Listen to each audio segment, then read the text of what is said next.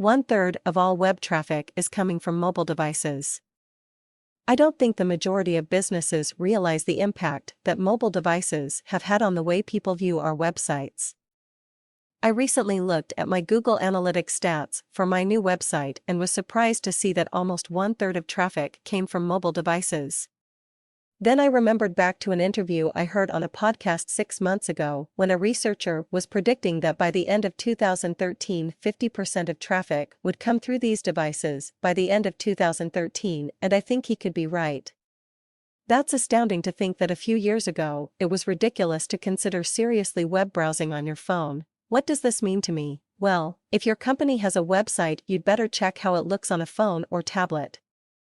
My stats continued to reveal that 80% of my mobile traffic was from an iOS device, iPad or iPhone. If you don't own one of these devices, I suggest you either pop round a friend's house who does and check your site, or pop in a local PC World or Apple Store and look at your site.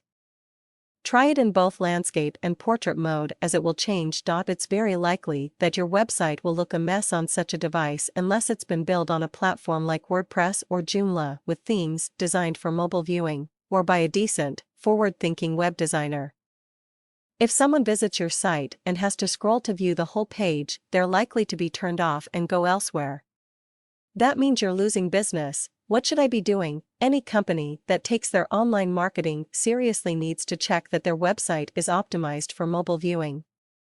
That doesn't just mean that it shrinks to fit the small screen, but it wants to be laid out in a way that is aesthetically pleasing to the user, typically with a totally different layout, including big buttons and text. These new technologies shouldn't just be tolerated but embraced.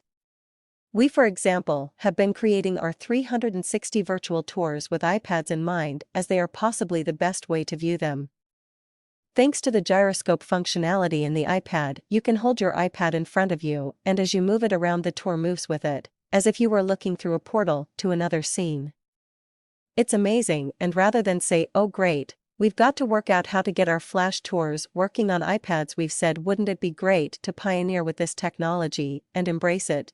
My recommendation is to get yourself ready now for a day when your website is mostly being viewed from mobile devices, and impress your next customer by standing out against your competitors.